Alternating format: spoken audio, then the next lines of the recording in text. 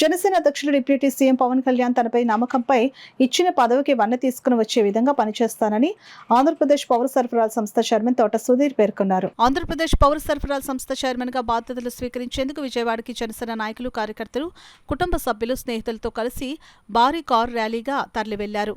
కాకినాడ సాలిపేటలో గల తోట సుధీర్ నివాసం నుండి పెద్ద సంఖ్యలో కారులో బయలుదేరారు.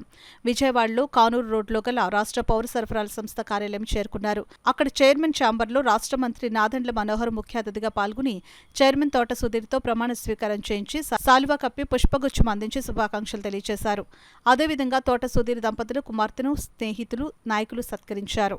ఈ సందర్భంగా రాష్ట్ర నలుమూల నుండి పెద్ద సంఖ్యలో తరలివచ్చిన రైస్ మిల్లర్స్, డీలర్స్తో పాటు జనసేన అధ్యక్షులు తుమ్మల బాబు, ముమ్మడి వీరరాఘవులు, శేఖర్, రాఘవ నరసింహం అధినేత డాక్టర్ నెక్కింటి నగేష్, పలువురు జనసేన నాయకులు, కార్యకర్తలు, మహిళలు పాల్గొన్నారు.